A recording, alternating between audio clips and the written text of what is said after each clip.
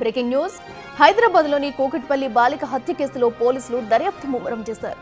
ఈ కేసులో ఒక వ్యక్తిని అదుపులోకి తీసుకున్నట్టు సమాచారం. అదే బిల్డింగ్ లో అద్దెకు ఉంటున్న ఒడిశాకు చెందిన సంజీవరావును ప్రశ్నిస్తున్నారు.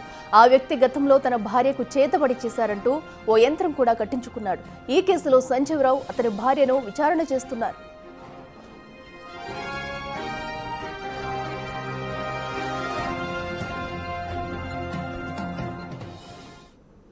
ఇదే అంశానికి సంబంధించి మరింత సమాచారం మా ప్రతినిధి అనిల్ లైవ్ లో అందిస్తారు. అనిల్, బాలిక హత్య కేసుకు సంబంధించి ఇప్పటి వరకు విచారణలో ఏమైనా నిజానిజాలు బయటకు వచ్చాయా? సో దర్యాప్తు ఎలా కొనసాగుతుంది?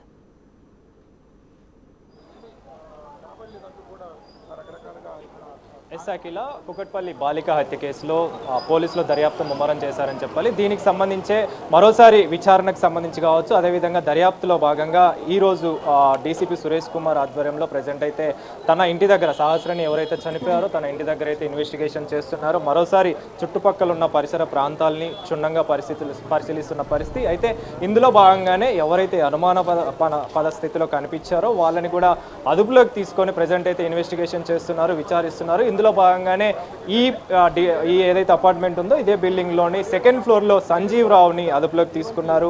అదేవిధంగా తన భార్యను కూడా అదుపులోకి తీసుకొని ఇన్వెస్టిగేషన్లో భాగంగా దర్యాప్తు చేసిన సిచ్యువేషన్ అయితే విచారణ చేసిన సిచ్యువేషన్ అయితే మనకు కనిపిస్తుంది. ఇదే విధంగా ఈ బిల్డింగ్కి సంబంధించి ఎవరైతే చుట్టుపక్కల వ్యక్తులు ఉన్నారో అనుమానాస్పద స్థితిలో కనిపించిన వ్యక్తులు ఉన్నారో వాళ్ళందరినీ కూడా ప్రజెంట్ ఇన్వెస్టిగేషన్లో భాగంగా దర్యాప్తు చేస్తున్నారు, విచారణ చేస్తున్న పరిస్థితి మనకు కనిపిస్తుంది.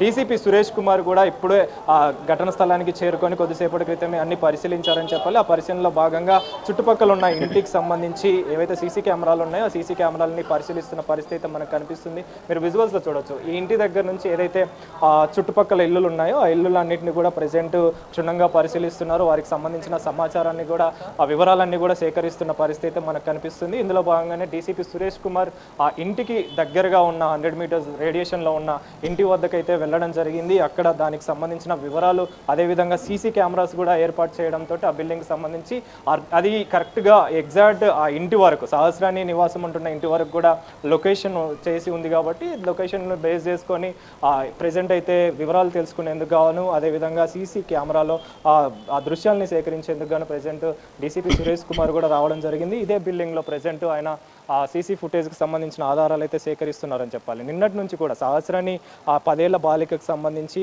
ఆ హత్య కేసులో భాగంగా దర్యాప్తు అయితే కొనసాగుతుందని చెప్పాలి. ఎవరు హత్య చేశారు తెలిసిన వారే చేసినట్టుగా ప్రజెంట్ అయితే పోలీసులు ప్రాథమికంగా అయితే దర్యాప్తులో భాగంగా నిర్ధారణ చేశారని చెప్పాలి. దీనికి సంబంధించి ఎవరైతే తెలిసిన వారు ఉన్నారో వాళ్ళకి దగ్గర బంధువులు ఉన్నారో అదేవిధంగా చుట్టుపక్కల స్థానికులకు సంబంధించి కావచ్చు అదేవిధంగా వాళ్ళకి దగ్గరగా ఉన్న వ్యక్తులు కావచ్చు వాళ్ళందరినీ కూడా ప్రజెంట్ అదుపులోకి తీసుకుంటున్నారు. అదుపులోకి తీసుకొని విచారిస్తున్న పరిస్థితి మనకు కనిపిస్తుంది. ఇందులో భాగంగానే చుట్టుపక్కల ఎవరైతే అనుమానాస్పద స్థితి కావచ్చు చుట్టుపక్కల ఉన్న ఏరియాస్కి సంబంధించి 100 మీటర్స్ రేడియేషన్లో ఎక్కడైతే సీసీ కెమెరాస్ ఏర్పాటు చేసి ఉన్నారో వాటన్నింటి కూడా ప్రజెంట్ క్షుణ్ణంగా పరిశీలిస్తున్నారు. సీసీ ఫుటేజ్ ఆధారంగా నిందితుల్ని పట్టుకునే కోణంలో ప్రజెంట్ అయితే దర్యాప్తు చేస్తున్న పరిస్థితి మనకు కనిపిస్తుంది. ఇందులో భాగంగానే ఇప్పటికే సహస్రానికి సంబంధించి పోస్ట్ మార్టం పూర్తయింది. ఆమెకు సంబంధించిన అంత్యక్రియలు అయ్యాయి. దానికి సంబంధించిన పోస్ట్ మార్టం రిపోర్ట్ ఆధారంగా కూడా ఆధారాలను సేకరిస్తున్నారు. దానికి సంబంధించిన విధంగానే దర్యాప్తు చేస్తున్న పరిస్థితి మనకు కనిపిస్తుంది. అదేవిధంగా క్లూస్ టీమ్ తోటి కూడా క్లూస్ అన్ని కూడా సేకరించారు. కాబట్టి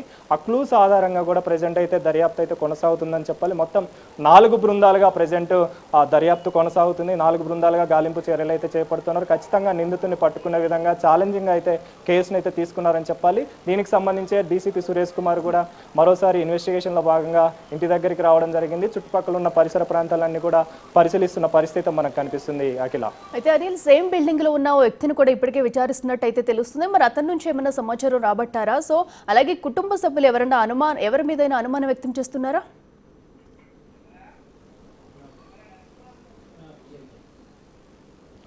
ఇలా మీరు చెప్పినట్టుగా ఇప్పటికే సంజీవ్ రావుని అదేవిధంగా తన భార్యని సరస్వతిని కూడా అదుపులోకి తీసుకున్నారు. అయితే వాళ్ళని ఇన్వెస్టిగేషన్లో భాగంగా అనుమానాస్పద స్థితిలో ఉన్న వ్యక్తుల్ని వీళ్ళు అదుపులోకి తీసుకుంటున్నారు. కాబట్టి అదే కోణంలో ప్రజెంట్ దర్యాప్తు అయితే చేస్తున్నారు. కాబట్టి ఆ దర్యాప్తులో భాగంగానే వాళ్ళని ఇన్వెస్టిగేషన్ చేశారు. అయితే ఎక్కడ కూడా అనుమానాస్పద స్థితిలో వాళ్ళు కనిపించలేదు. వాళ్ళకి సంబంధించి వివరాలు కూడా సేకరించారు. అయితే ఎక్కడ కూడా ఎలాంటి అనుమానం కలగకపోవడంతో వాళ్ళని ప్రజెంట్ అయితే వదిలిపెట్టినట్టుగా కూడా తెలుస్తుంది. ఇదే విధంగా చుట్టుపక్కల ఉన్న వాళ్ళు కావచ్చు వీళ్ళకి దగ్గర బంధువులు కావచ్చు వీళ్ళకి సంబంధించి సంబంధించిన వ్యక్తులు కావచ్చు, వీళ్ళందరినీ కూడా ప్రజెంట్ డీసీపీ సురేష్ కుమార్ కూడా ఇప్పటివరకు ప్రెస్ మీట్లో మాట్లాడారు, ప్రెస్ తోటి మాట్లాడడం జరిగింది, మీడియాతో మాట్లాడడం జరిగింది. దీనికి సంబంధించిన వివరాలకు సంబంధించి దర్యాప్తు కొనసాగుతుంది. ఈ దర్యాప్తులో భాగంగానే ఎవరైనా కానీ అనుమానంగా కనిపిస్తే వాళ్ళందరినీ కూడా అదుపులోకి తీసుకుంటున్నాము, అదేవిధంగా వాళ్ళందరినీ కూడా విచారిస్తున్నామని చెప్పేసి కూడా ఆయన మాట్లాడడం జరిగింది. అదేవిధంగా కూడా ఈ సంజీవ్ రావుని, అదేవిధంగా సరస్వతిని కూడా, ముఖ్యంగా ఈ సంజీవ్ రావు విషయానికి వస్తే ఈయన సెకండ్ ఫ్లోర్లో నివాసం ఉంటున్నాడు. ఈ సంజీవ్ రావు గతంలో తన భార్యకు సంబంధించి పలు విధాలుగా ఈమె మీద చాతపడి జరిగిందని చెప్పేసి అదే అనుమానంతో ఈయనకి దైవభక్తి ఎక్కువగా ఉంది కాబట్టి దానికి సంబంధించిన కోణంలోనే పాప మీద ఏమన్నా దాడికి పాల్పడ్డా అని చెప్పేసి ఈ విధంగానే దర్యాప్తు చేస్తున్నారు. సో పాపకు సంబంధించి కూడా ఈ సహస్రాని పాపకు సంబంధించి కూడా తన ఛాతి మీద మొత్తం దాదాపు 9 కత్తిపోట్లు ఉన్నట్టుగా కూడా పోలీసులు గుర్తించారు. సో ఈ కత్తికి సంబంధించి కావచ్చు, అదేవిధంగా క్లూస్కి సంబంధించి కావచ్చు, అన్ని ఫింగర్ ప్రింట్స్ని అయితే సేకరించారు. ఎవరైనా కానీ అనుమానాస్పద స్థితిలో కనిపిస్తున్నారు వాళ్ళందరినీ కూడా దర్యాప్తులో భాగంగా అదుపులోకి తీసుకొని విచారిస్తున్న పరిస్థితి అయితే మనకు కనిపిస్తుంది. కాబట్టి ఖచ్చితంగా దీనికి సంబంధించి నిందితులు త్వరలోనే దొరుకుతారని చెప్పేసి కూడా ఆయన ధీమా వ్యక్తం చేశారు. కాబట్టి వీటిని అన్నింటినీ ఆధారం చేసుకొని ఖచ్చితంగా నిందితుని అయితే పట్టుకుంటామని చెప్పేసి డీసీపీ సురేష్ కుమార్ కూడా తెలుపుతున్న పరిస్థితి అయితే మనకు కనిపిస్తుంది. Akhila. Right Anil, thank you.